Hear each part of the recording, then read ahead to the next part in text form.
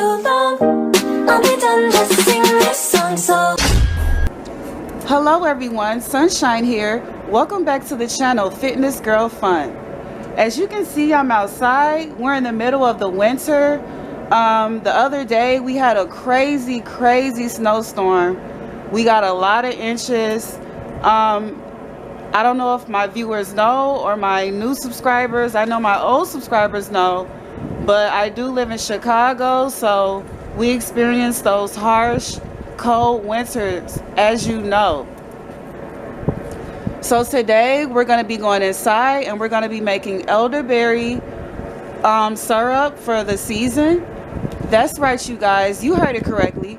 We're going to be making elderberry cough, cold and flu syrup. Homemade cough, cold and flu syrup. So let's go in the kitchen and let's get it started. All right.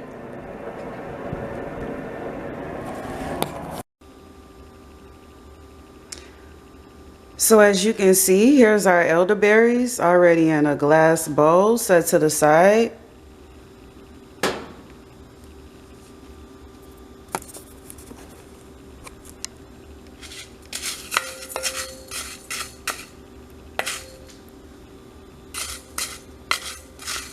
All right, this is what they look like. Here's a close-up.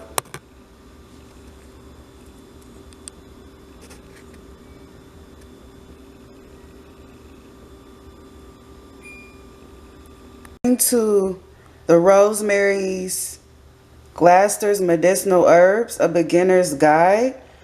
I ordered this book from Amazon about 5 years ago. We're gonna open it. And right here on page 134, it talks about elderberry. It says elderberry or elder flowers are among Europe's most esteemed remedies for colds and flu. Okay. So this plant is great for colds and flu and treating colds and flu. So today, that's why we're going to be making our tea, and then we're going to be making our homemade kind of like cough syrup or flu medicine. All right. It says elder, beautiful lacy flowers are diaphoretic, meaning that they induce sweating, thereby helping to lower fevers. Okay. Elders have immune enhancing properties, and they're often combined with echinacea and immune stimulating remedies for colds. Today we're gonna add ginger to our elderberry medicine. So to sum it all up, the main component or purpose of elderberries is for immunity and to boost the immune system. Okay. As you can see over here, it says the key constituents are vitamin C, vitamin A, bioflavonoids, beta carotene, iron, potassium, and phytosteroses. Okay. So over here, it says elderberries make some of the best syrups and wine you'll ever taste. You can also use elderberries to make great jams, jellies, and pies. All right. As it states here in this book. All right. It's just very powerful. It's antiviral. It says it's helpful in treating viral infections, including flus, herpes, and shingles. They're also used for treating upper respiratory infections. All right. So at the top, it just gets more into talking about growing elderberry if you ever want to grow it on your own at home. All right. Especially with everything that's going on with the pandemic and all of the short shelves and, you know, a lot of these stores being low on supply and low on stock. It's probably gonna become a time where it's great to learn how to grow your own food. Okay. Grow your own food at home and just really learn how to depend on yourself and not depend on the supermarkets or the powers that be. All right. So as you turn the pages in this book, it has different recipes. Okay. Which I'm going to concoct our own recipe here today. I'm going to show you today. So that's it for this book. If you want to purchase this book, you can buy it on Amazon. That's where I purchased and ordered mine. I think it was like $15 or $20. So we're gonna get on to making or boiling our elderberries. Let's get started. So we're gonna start off with some spring water here. As you can see, I have some 100% natural spring water. Spring water is live water. It has vitamins, live vitamins, and minerals. Spring water comes from a natural spring, a natural flow of spring, and spring water is electric water, all right? It's electric water, meaning it's alkalizing to the body. When making my teas and boiling my herbs, whatever I'm making, I never use tap water. A lot of tap water or city water. A lot of tap water is advertised as clean, but a lot of it is, as you know, is very high in fluoride. Tap water can be very high in hard minerals, and depending on where you live and what area you live in, it can be full of a lot of other chemicals too if you just go and do your own research, okay? And as you know, the effects of fluoride, or if you don't know the effects of fluoride and the effects it can have on your body and your pineal gland, okay? I also wanted to add, depending on where you live and the area you live in, you know, in each city, tap water can be different. It could be different, like I said, depending on what area you live in or what state you live in. But you just never know. A lot of the times it's full of fluoride and hard minerals and deposits. Okay, so it's just better to use spring water or live water. All water is not created equally. Okay. So we're just going to add our water to the pot, and then we're going to add our elderberries, allow them to boil, and then come back later and I'm going to show it to you. Just adding my water. And since we are going to be really boiling these elderberries down to the max, because we want to get every vital nutrient and we want to extract every vital nutrient from these berries and all the minerals in it till there's no more, okay? So this is about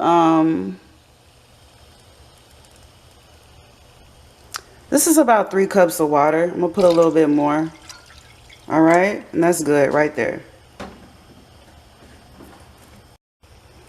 So here is where we're gonna add our elderberries. Okay, gonna add our elderberries to the pot.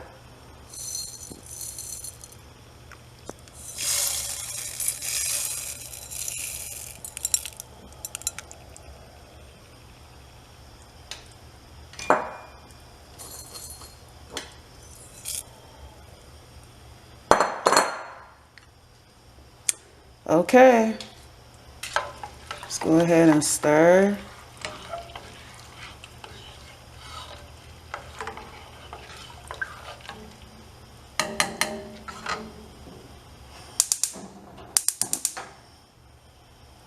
So I'm just gonna turn this pot or the fire on medium and allow it to come to a boil uncovered.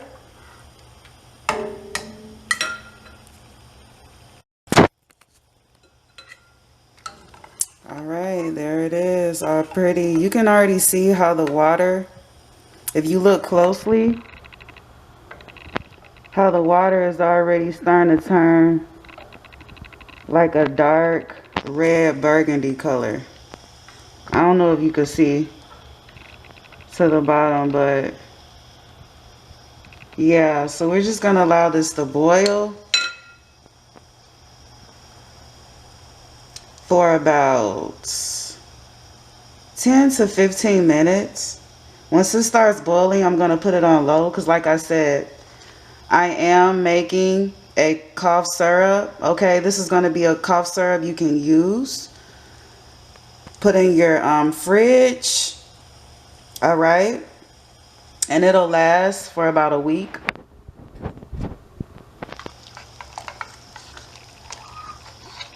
So I'm gonna come back when that's boiling, all right? So over here, I have our ginger, okay? I'm gonna peel this ginger and then I'm gonna add it to our pot when it's boiling. Here's our peeler. I'm gonna peel the ginger using my peeler. Here's our agave nectar, what we're gonna be using to make our homemade medicine or cough medicine and cold and flu medicine. Here's the bottle we're going to be putting in. Here's a cup for our tea, and here's a strainer. You will need a strainer in order to strain your elderberries, or you can use a cheesecloth. All right.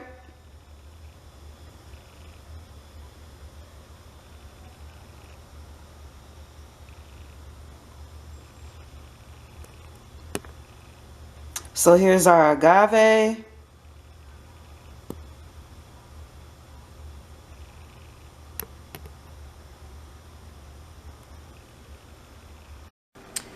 So as you can see, I've already started peeling my ginger. Okay, here's my ginger peels to the side. And I'm going to add them to the pot. All right, here's our elderberries. They're now boiling. All right, so now we're just going to cut our pot on low. And then we're going to add first I'm going to steep it. I'm going to steep those berries out of there, or the pulp. So our elderberry tea is now on simmer. I now have this on simmer. It's really hot. You can see just now how dark that water is. Look at that. All right. We're allowing this to really boil down so we can get every benefit. And you can smell it. It has a nice flower-like aroma.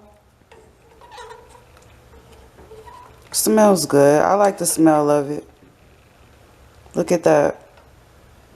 Look at that. Look how dark that is. It's like a dark red, okay? And right now this is on simmer. The pot is on simmer. So we're just gonna steep the elderberries from the tea. And then we're gonna come back and begin to boil our ginger into the tea. All right, we're gonna add our ginger to the pot. So here we are. Here's our elderberry tea. We got our glass bowl and our strainer. We're just gonna pour that down the middle. All right.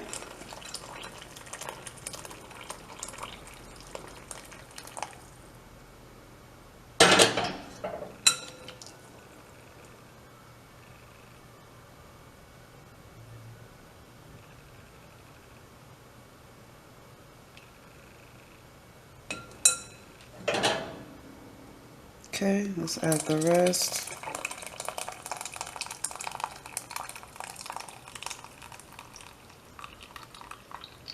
All right, and you can see our pulp.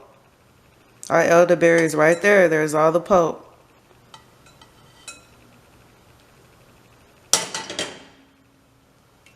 Okay, there it is.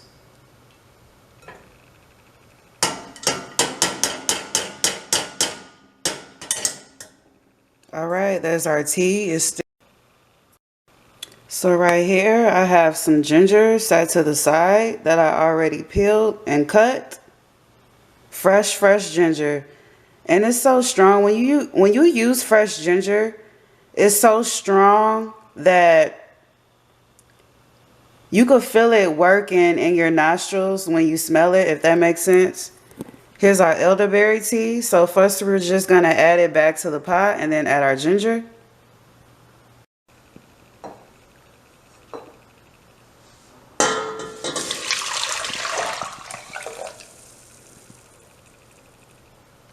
All right, and that is still really hot. I have the heat or the stove on really low. It's all strained. So now we're going to add our ginger.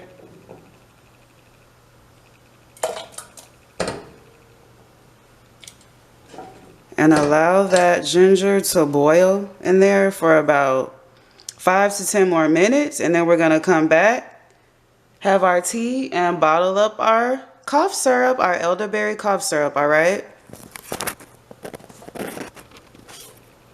So just allow that to come, or allow it to simmer for another 5 to 10 minutes with that ginger in there. It's going to give it that extra powerful kick, all right? To help the throat, help the sinuses. And you know ginger is great, like I said, it's great for the throat. It's great for the sinuses, the nasal passages. It's great for congestion, all of that. Okay, here's our agave here. And this is what we're going to be keeping our elderberry cough syrup or cold and flu syrup in this little bottle here. All right.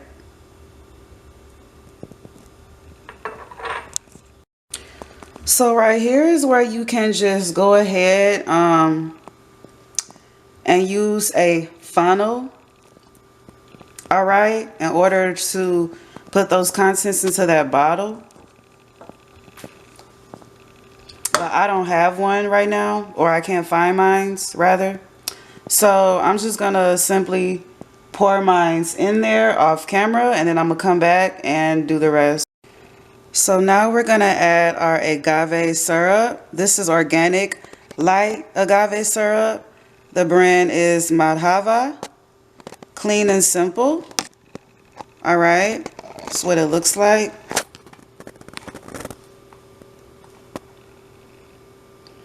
And we're going to be using this to add to our jar. I've already added the elderberry tea to it. Now you're going to do half parts elderberry and half parts agave to make it into like a thick, like I said, cough syrup like consistency. All right, so it's going to be equal parts. So I already filled half the bottle, or half this little this is about a 2-ounce jar. All right, I've already filled half of it up, and then I'm going to fill the other half with my agave. And this is light blue agave. I'm going to go into a little bit effects about agave. It's similar to honey, but it's electric, it's alkaline. Dr. Sebi actually has agave on his recommended list of foods and non-hybrid foods. It's a natural sweetener, all right? So it's a little bit more expensive, but it's well worth it, especially when you're making medicines or homemade medicines or homemade cough syrups and remedies, okay?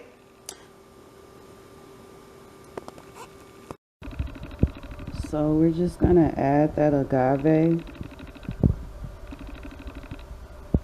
Ooh, I wasted a little bit, but you get the drift.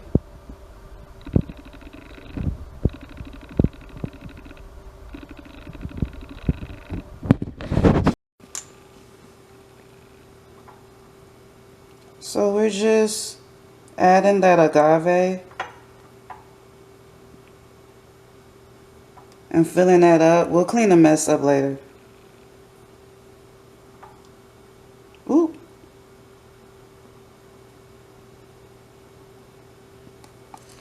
All right, I'm just trying to fill it kind of close to the brim.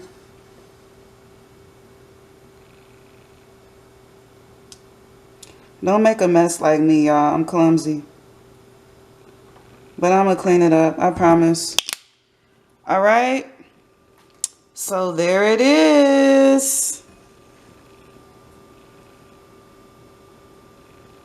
So here's our bottle. Okay, all finished.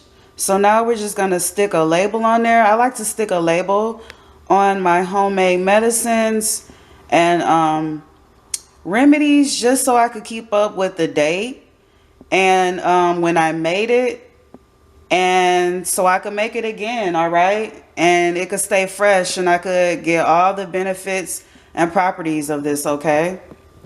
So there it is. So now we're just going to print the date.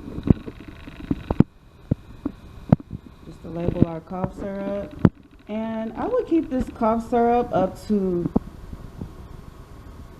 I would say, and like I stated before, whenever you're making homemade medicine or herbal infusions, whatever you're making, you want to always make sure to put that date.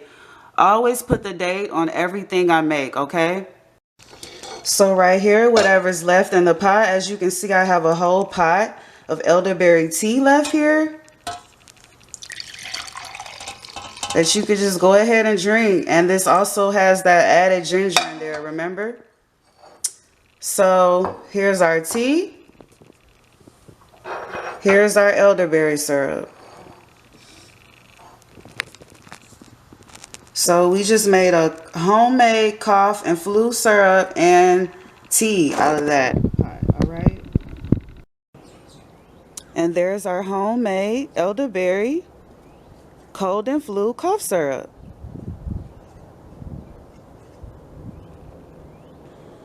So that wraps up today's video, everyone. Here it is. I'm just showing you how I store my cold and flu syrup in my refrigerator. I just stick it in there, and this can last, I would say, between 2 weeks to a month. So discard of it after that and make you some more. Make sure to like, subscribe, and share this video. Visit our website. We got new updates coming to it. And visit our Instagram at Fitnessgirlfun. Everything is linked below in the description box.